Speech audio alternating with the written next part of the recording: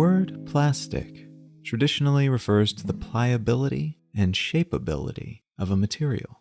So clay is typically a very plastic substance, as you can easily shape and reshape it, stretch it out and bunch it back up. Its plasticity is a key component of why it's so useful to us.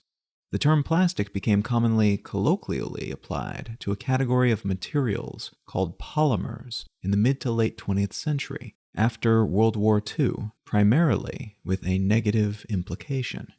Polymers are abundant in nature, and substances like cellulose, which is the material that makes up the cellular walls of plants, are polymers. Cellulose is made up of long chains of molecules, hence the name, which means many parts. We've been using natural polymers like rubber and cotton and starch pretty much since we discovered them and their useful plasticity. But the first synthetic, human-made polymer was invented by a man named John Wesley Hyatt in 1869 in the pursuit of a $10,000 reward for anyone who could come up with a suitable synthetic replacement for ivory, a natural substance that was very limited and thus increasingly expensive to source, but also increasingly necessary, due particularly to the popularization of billiards, which at the time necessitated the use of ivory balls. Hyatt treated cellulose that he refined from cotton with a substance called camphor, another natural substance that is derived from a few different types of tree, which allowed him to create an ivory-like material that could be produced in essentially any shape he wanted, and in far more abundant quantities than ivory, since the production of ivory generally required the killing of elephants for their tusks. The resultant substance could also be made to replicate the properties of horn, tortoiseshell, linen, and other comparably expensive and finite natural materials. So the billiards industry was excited about this innovation, but so was the materials world as a whole. Up until this point in history, production of anything was generally limited to the quantity and quality of resources that could be harvested from the natural world, including, in some cases, the killing of certain animals for their tusks, teeth, horns, and so on. But if not animals, most materials were sourced from plants or minerals, which were also limited in terms of what we could harvest or mine. The promise of this material, which was called parkesine and xylenite by earlier inventors who got part of the way to producing a viable product but never got it to market, and which was eventually dubbed celluloid by Hyatt, was that humanity would no longer be limited by nature in terms of what we could produce. We could create as much of any material as we wanted, and we wouldn't need an ever-growing supply of rubber plantations or elephant herds to get it. That dream was expounded upon in 1907 when Leo Baekeland invented the first fully synthetic plastic, which he called bakelite. Celluloid, while synthetic in that it was made by humans, not by natural processes, was still made up of natural materials, cellulose and camphor, among other naturally sourced resources that were then combined in non-natural ways. Bakelite was produced as a byproduct of a search to come up with a synthetic substitute for shellac, which was a natural insulator that was in increasingly high demand at the time due to the rapid electrification of the United States, electricity and electric lights only recently having been made available on the consumer market, but very quickly growing in popularity. But this material required an almost laughably high number of insects, called lac bugs, to produce. It's estimated that somewhere between 50,000 and 300,000 lac bugs were required to produce just 1 kilogram, which is about 2.2 pounds, of shellac. The bugs sucking the sap out of the trees on which they lived to produce sticky little tunnels of this substance, and to process it, workers would scrape these tunnels and all the bugs inside them off the trees, would hold the bag of scrapings over a fire to liquefy the substance, which would then in turn allow that liquefied sap to seep out of the canvas of the bag, while the dead bugs and bark and other detritus was left behind to be discarded. The substance would then be dried out and sold as little chunks or flakes, which would later be activated by the end user, the customer, who would crush it into a powder and mix it with alcohol to use it. The invention of Bakelite, then, in addition to saving the lives of countless lac bugs, also saved a great deal of time and effort in terms of production. This fully synthetic replacement was also found to be incredibly versatile, shapeable into all kinds of products, durable enough to survive different use cases, heat-resistant, and mass-producible. It was marketed as the material of 1,000 uses, and that was probably an understatement, especially at a time in which no other mass-producible fully synthetic polymers existed. Chemical companies around the world, but especially in the comparably well-developed markets of the United States and the United Kingdom, saw Bakelite and its success and decided to make their own patentable versions of the same. The first half of the 20th century was awash with novel, partially and fully synthetic polymers, most of which were not produced with any specific use case in mind. The companies were just seeing what they could come up with, and then figuring out what it might be used for after the fact. When World War II was declared, these production chops became a massive wartime advantage for those who knew how to make these materials. Synthetic silks were used to make body armor, parachutes, rope, and helmet liners, for instance, while plexiglass was used for aircraft windows. The production of plastics increased by 300% in the United States over the course of the war, and post-war, that production continued. The chemical companies that were making parachutes and plexiglass turning their attention to car components, furniture, and cookware. The public's taste for plastic products hasn't ever truly waned in the sense of plastic disappearing from use or becoming a true materials pariah. But in 1962, Rachel Carson's book Silent Spring first made the public aware of the human and environmental damage that could be caused by the overuse of pesticides, and a series of oil spills and other environmental catastrophes, including the heavily polluted Cuyahoga River in Ohio catching fire, began to sour some people on the utopian promise of plastics. They were still being used for just about everything, and new variations with exciting and interesting new properties were being developed what seemed like every day. But their reputation had diminished substantially by the 70s and 80s, as environmental scientists made us more aware of the damage being done to our ecosystems around the world, and the role that single-use plastics in particular played in the destruction of these ecosystems became more clear by the turn of the century. What I'd like to talk about today is modern plastics and some interesting new developments in how we handle the most common and most environmentally destructive varieties.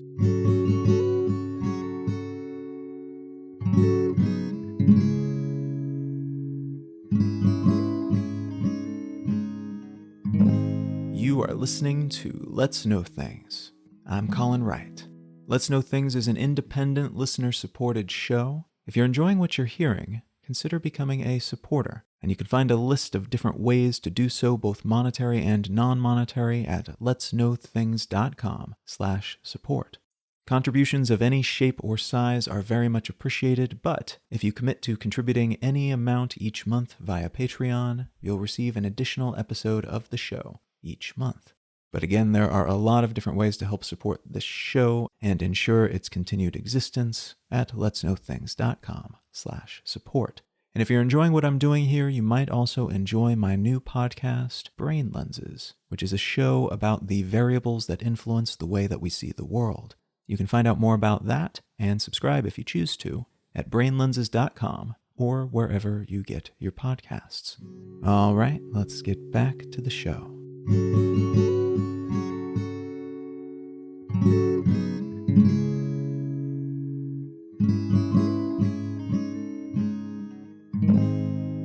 The article I'd like to unspool today comes from Ars Technica, and it's entitled, Newly Engineered Enzyme Can Break Down Plastic to Raw Materials.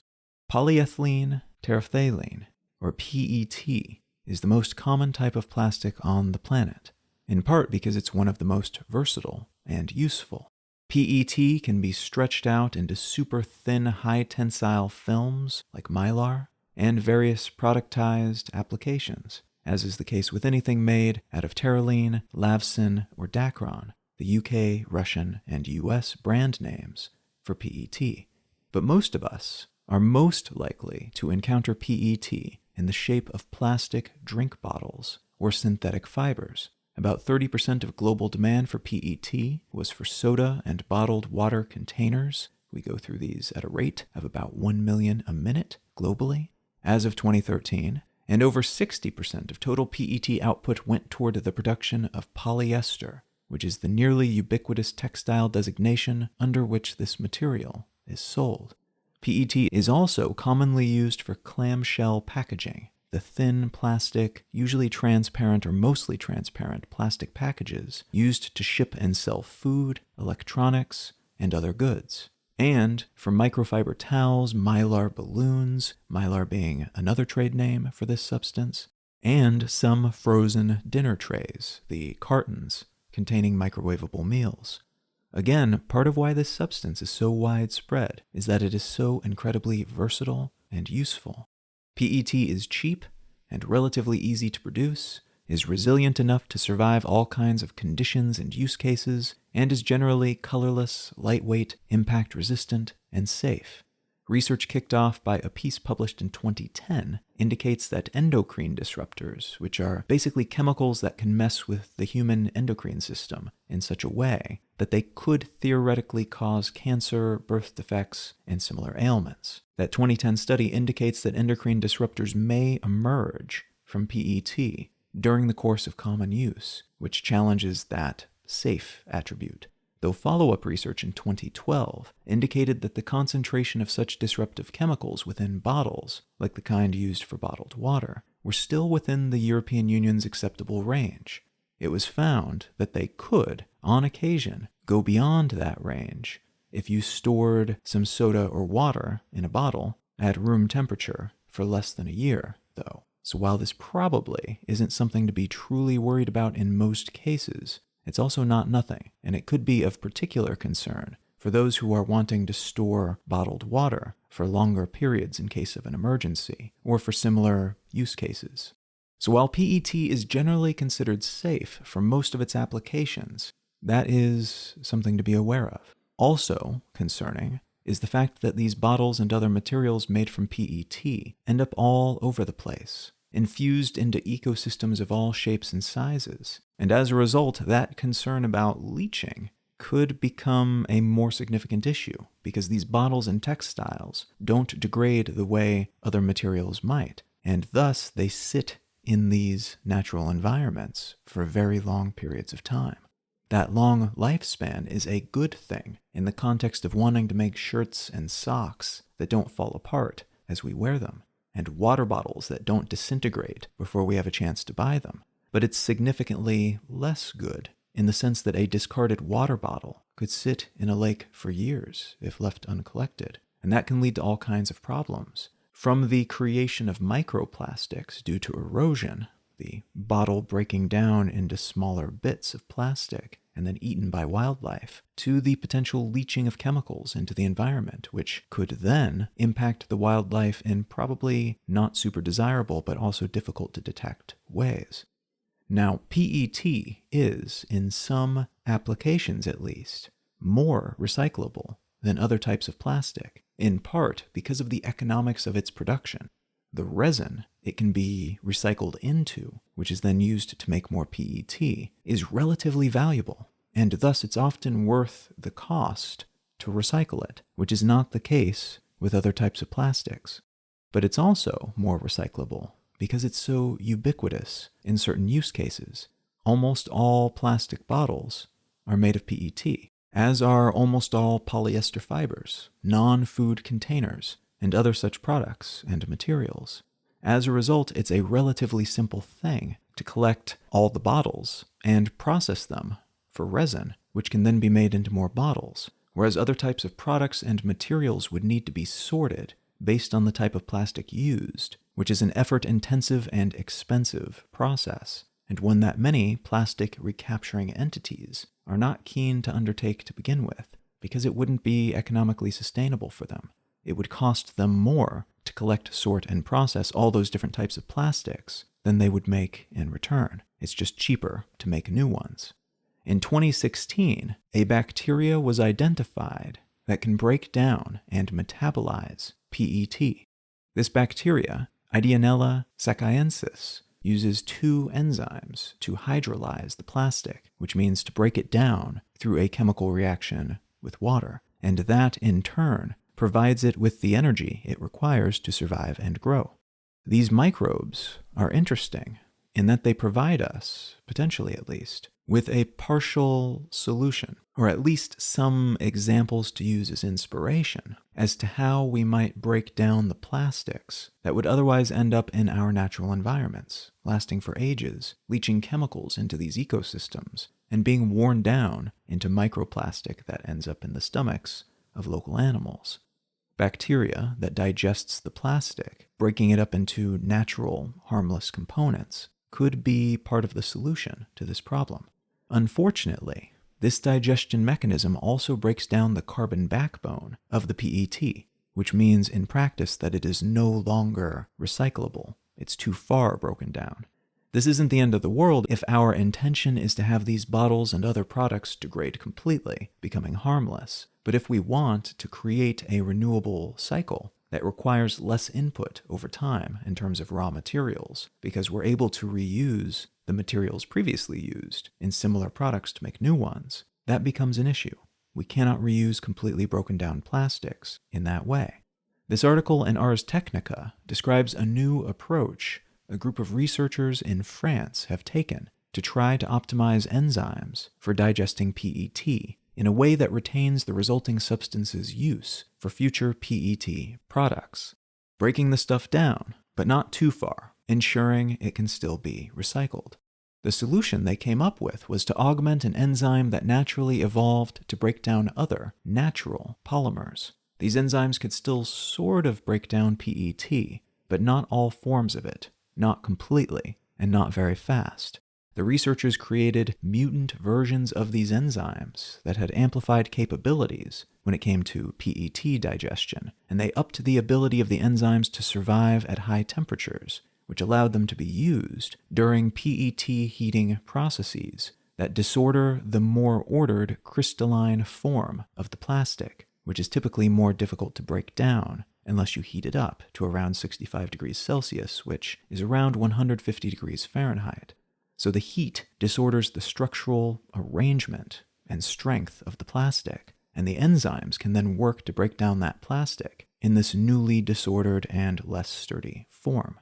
The original enzyme the researchers started out with could digest something like half of the PET they were working on in about 20 hours.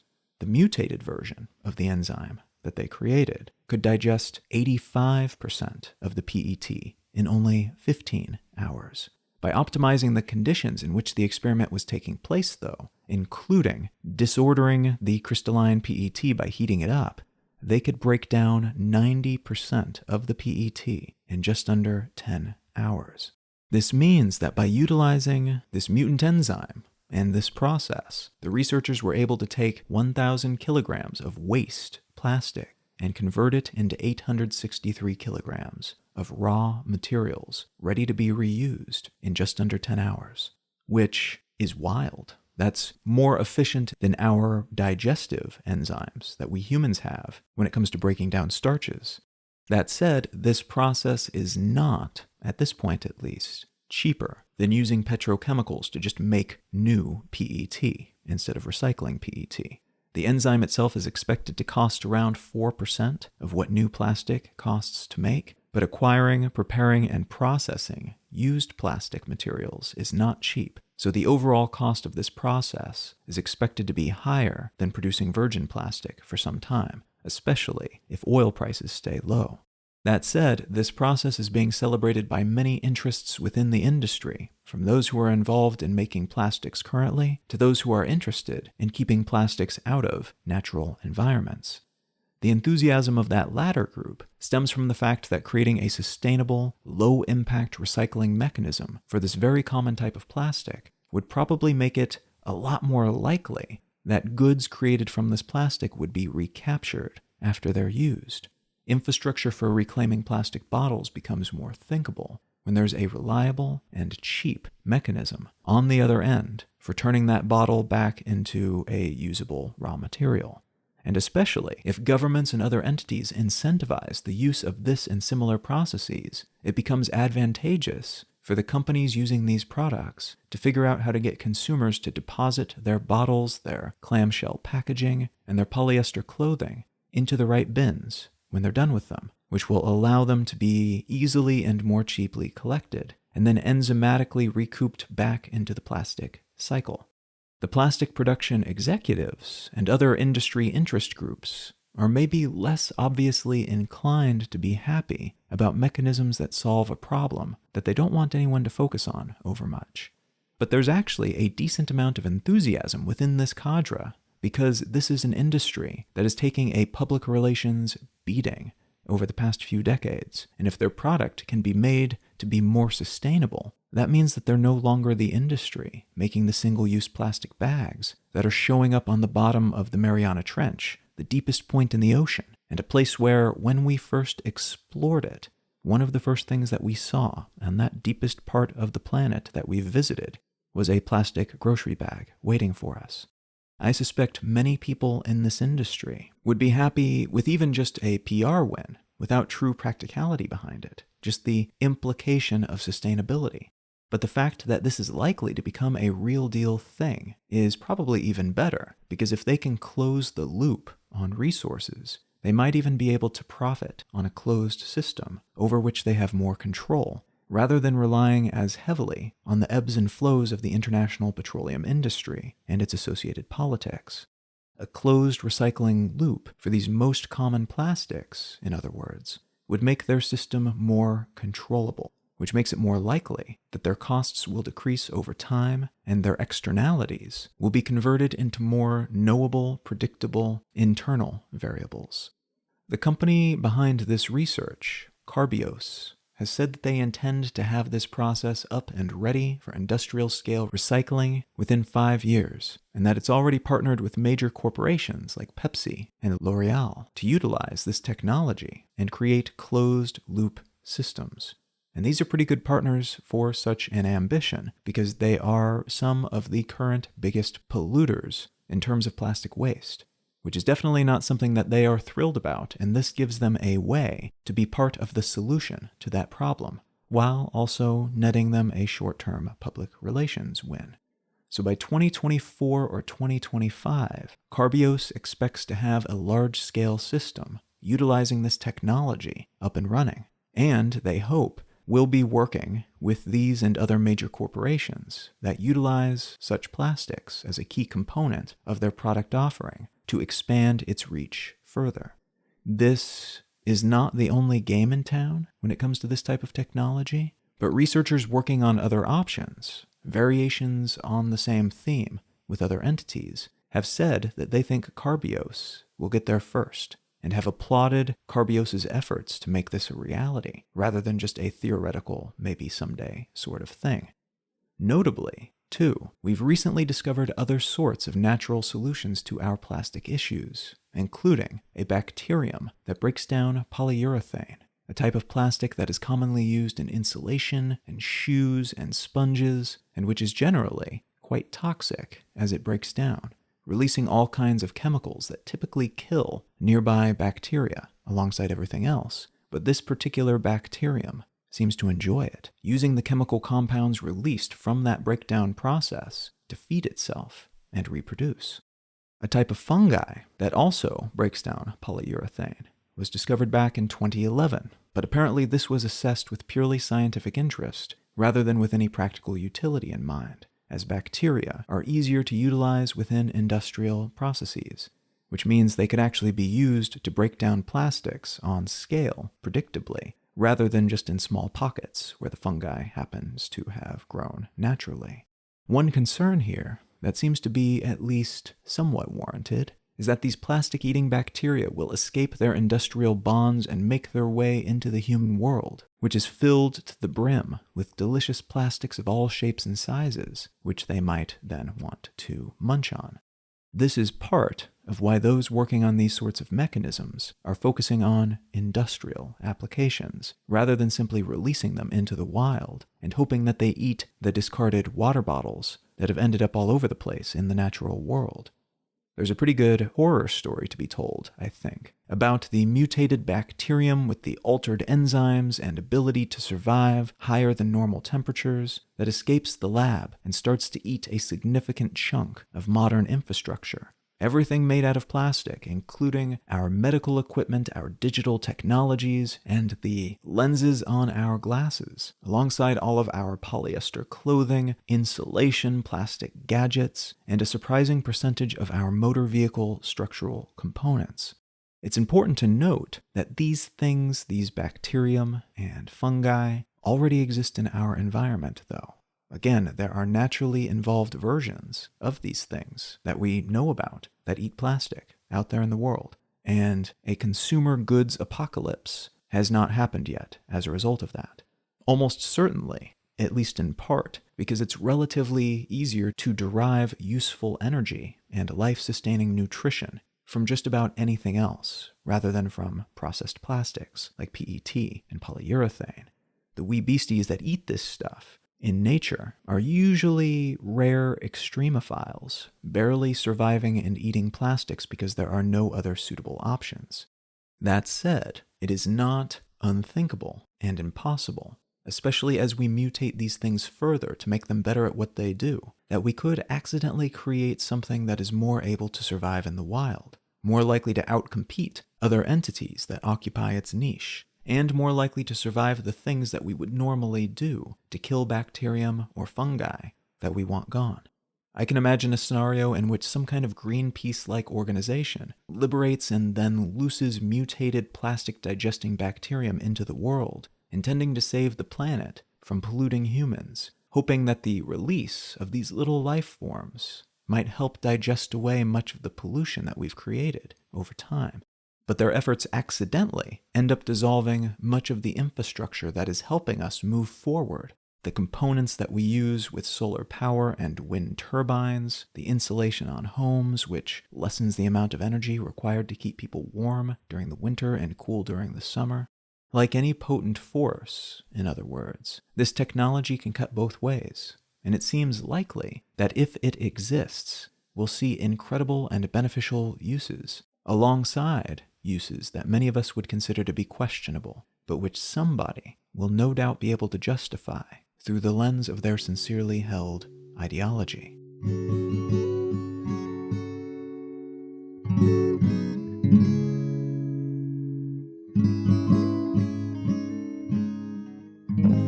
Let's Know Things is an independent, listener-supported show. I'm able to put the time that I do into this show each week because of support from people like you. If you're finding some value in what I'm doing here, consider becoming a supporter. Pop over to letsknowthings.com/support and become a monetary supporter via Patreon by making a one-off contribution, or a non-monetary supporter by taking the time to leave a quick review, sharing your favorite episode on your social network of choice, or sharing the show with a friend who you think might enjoy it. Folks who contribute any amount each month via Patreon will receive an additional episode of the show each month, but whatever shape your contribution might take, it means a great deal. Thank you very much for your support.